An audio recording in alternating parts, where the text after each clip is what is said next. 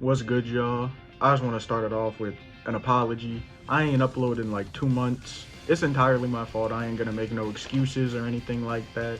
You feel me? I just got lazy, I guess. But I'm back now with a video every One Piece YouTuber and their mother has made, a top 10 devil fruits video. Let's just jump into it. It's kind of raining right now, so if you hear any thunder, my bad. Usually a lot of people do their honorable mentions before number one, but I'm just gonna do them right now. You know, we got some fruits that just barely didn't make it. You got a Kaido's fruit that I won't even begin to try and pronounce. The koi fruit, model Suryu or whatever. You got Big Mom's fruit. I really like Big Mom's fruit. It's certainly a good concept. You know, manipulating souls. But you know, I like these just a tad more, and in some cases a whole lot more. I'm sure not everyone's gonna agree, but this isn't based on like strength or anything like that. It's literally just how much I like the fruit. So don't get all upset if your favorite isn't on here. I just don't like it as much as you, and that's okay. Let's just go into the top 10 now. Starting off this list at number 10, we have Bartolomeo's Bari Bari no Mi. I honestly think the barrier fruit's one of, if not the most underrated fruit in One Piece. We haven't seen anybody capable of breaking the barriers, for one. And Bartolomeo can also manipulate the barriers into any shape he wants, it seems like. We saw in Dressrosa, he turned them into stairs, he created a force field around him and then like tightened the barrier up top when what's his name, Hakuba, was fighting him. The barrier fruit is a paramecia type devil fruit that gives the user a whole range of abilities that all find a way to fall under the umbrella of barriers. Bartolomeo is quite skillful with this fruit, and all things considered, it barely squeezes into my top 10, just over Kaido's Uo Uo no Mi model Seryu. Coming in at number 9, we have Doflamingo's Ito Ito no Mi. The Ito Ito no Mi, otherwise known as the string fruit, is a paramecia type devil fruit and easily one of the coolest fruits in the series. It helps that Dofi is incredibly skilled with it, so much so that he has awoken the fruit. He has an entire range of abilities such as birdcage. He can create literal clones of himself. They can take damage, but he doesn't feel that same damage. Not to mention, he can also just fly on clouds, and that's a crazy cool ability. Dofi, being one of my favorite villains, also elevates this fruit for me, so it squeezes in at number 9, just above the Bari Bari no Mi. At number 8, we have the Gura Gura no Mi. Whitebeard / Blackbeard's Gura Gura no Mi is possibly the most destructive devil fruit in One Piece. Whitebeard showed impressive power in Marineford when he literally shifted tectonic plates damn near effortlessly while being sick and dying. This fruit boasts an insane amount of attack power, and while not having many uses besides raw destruction, it's still a very great fruit. There's just really not much to say about it. It's just raw. You know, like, it's just cool to be like, yeah, I want to cause an earthquake over there. I want to cause an earthquake in this dude's fucking spine. That's really cool. So it passes up Doflamingo's fruit and Bartolomeo's fruit and makes it pretty easily at number 8. Coming in at number 7, we have a lot of people's favorite fruit, the Mera Mera no Mi. Formerly Ace, but now Sabo's Mera Mera no Mi is many people's favorite fruit, and it's easy to see why. Controlling, creating, and flying with fire is just really cool. The fruit is extremely versatile, as it can allow you to become intangible to non-hockey or sea stone covered attacks, fly, and also just shoot fire in any direction. This fruit boasts great movement and solid attack power. Honestly, Sabo seems a lot more skilled with it than Ace was. We've seen many great abilities from this fruit, such as Ace's Entai, or Enti Sun, I think it was called, whatever. Sabo just seems to be doing it up with this fruit, really. So much so that he's become the Flame Emperor. But regardless, easily one of my favorite fruits and lands comfortably at number 7. At number 6, we have the Mochi Mochi no Mi. The Mochi Mochi no Mi is a special paramecia type, basically a Logia, that allows its user Katakuri to control, create, and become Mochi. With a wide range of abilities made powerful by Katakuri's Armament and Conqueror's Haki, the Mochi Mochi no Mi is a very powerful fruit.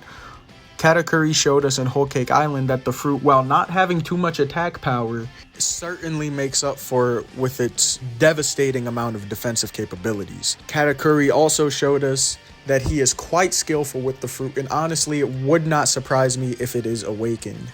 Honestly, it probably is, and I'm just forgetting. But overall, Katakuri's fruit is just barely out of my top 5 at number 6. Coming in at number 5, we have another fan favorite, Marco's Tori Tori no Mi Model Phoenix. The Tori Tori no Mi Model Phoenix is a mythical Zoan type devil fruit and probably the cleanest designed devil fruit. It grants the power to transform into a large phoenix covered in blue flames, as well as a human phoenix hybrid at will.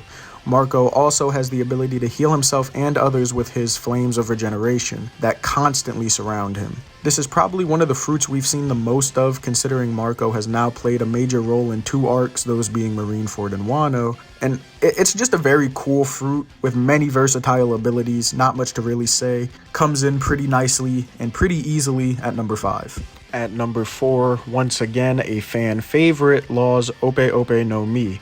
What can be said about the Ope Ope no Mi that hasn't been said a million times before? Boasting a wide range of abilities that all fall under his main crutch, Room. He is able to create a spherical space in which he can do virtually anything. Detach body parts, swap souls, and even directly target enemies from within with moves like Gamma Knife. This fruit also has a very powerful ability in the Eternal Life Surgery, trading the user's life in order to make one immortal. This was perhaps used on Emu and the Gorosei, seeing as they appear not to age. Law's fruit is incredibly strong, even appearing to put up a good fight against Blackbeard, who has 2 of the strongest devil fruits. Phenomenal devil fruit, landing just shy of the top 3 at number 4. At number 3, we've got the mythical Zoan type Hito Hito no Mi Model Nika. The Hito Hito no Mi Model Nika, commonly known as the Gomu Gomu no Mi, is a mythical Zoan held by none other than our favorite rubber man, Monkey D. Luffy. This fruit in its unawakened form gives the user the properties of rubber, such as immunity to blunt force attacks, the ability to stretch, and when getting a bit creative, the ability to speed up your blood flow to make you many times faster, as seen in Gear 2nd. In its awakened form, Luffy gains the abilities of the Sun God Nika, basically a form of reality warping, or as the narrator says, Luffy is able to fight in whichever way he feels like, be it turning his enemies to rubber, grabbing lightning, redirecting attacks by turning the ground to rubber. Honestly, Luffy can probably pull just about anything out his ass with Gear 5. That being said, the Hito Hito no Mi Model Nika is my second favorite Zoan and my third overall favorite fruit. It places very, very comfortably at number 3. We've now entered the top 2, and starting it off is Crocodile's Suna Suna no Mi. The Suna Suna no Mi, or Crocodile's sand fruit, is easily my favorite Logia. Perhaps I'm a little biased, seeing as Crocodile is not only my 4th favorite character, but just my favorite villain overall. This fruit allows its user to transform into, create, and control sand. Crocodile actually uses this seemingly limited fruit in a whole myriad of ways, be it draining the moisture from a flower and in some cases people, i.e. Luffy, or creating sharp attacks such as Desert Espada to seriously pack a punch against whoever he may be facing. I'm really excited to see more of this fruit now that Crocodile is a member of a Yonko crew, that crew being Cross Guild. That aside, this fruit places at number 2, only surpassed by 1 fruit. At number 1, we have a bit of a shocker, probably. We haven't seen much of this fruit, but from what we have seen, I am in love with this fruit. At number 1, we have Yamato's Inu Inu no Mi Maro Okuchi no Makami. The Inu Inu no Mi Maro Okuchi no Makami is a mythical Zoan devil fruit that allows the user to transform into a hybrid and full version of an ancient wolf deity of Wano at will. The fruit, as with every Zoan, enhances attack power and defensive capability. It gives Yamato beastly claws and sharp teeth and a dramatic boost in strength. Enough so that Yamato was able to clash seemingly near even with Kaido, who, mind you, is of course the strongest creature. This fruit also allows its user to create and expel ice. Yamato uses this ability to shoot ice blasts that freeze objects solid.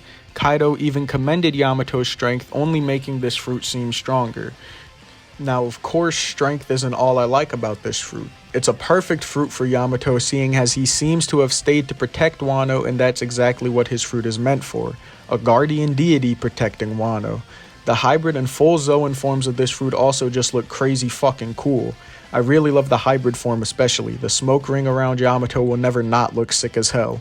With this fruit being number 1, I want to say more about it, but most of my thoughts are just like, man, that fruit's cool as hell. Maybe eventually I'll do like a character analysis on Yamato or something like that, but for now, I'm just gonna leave it here.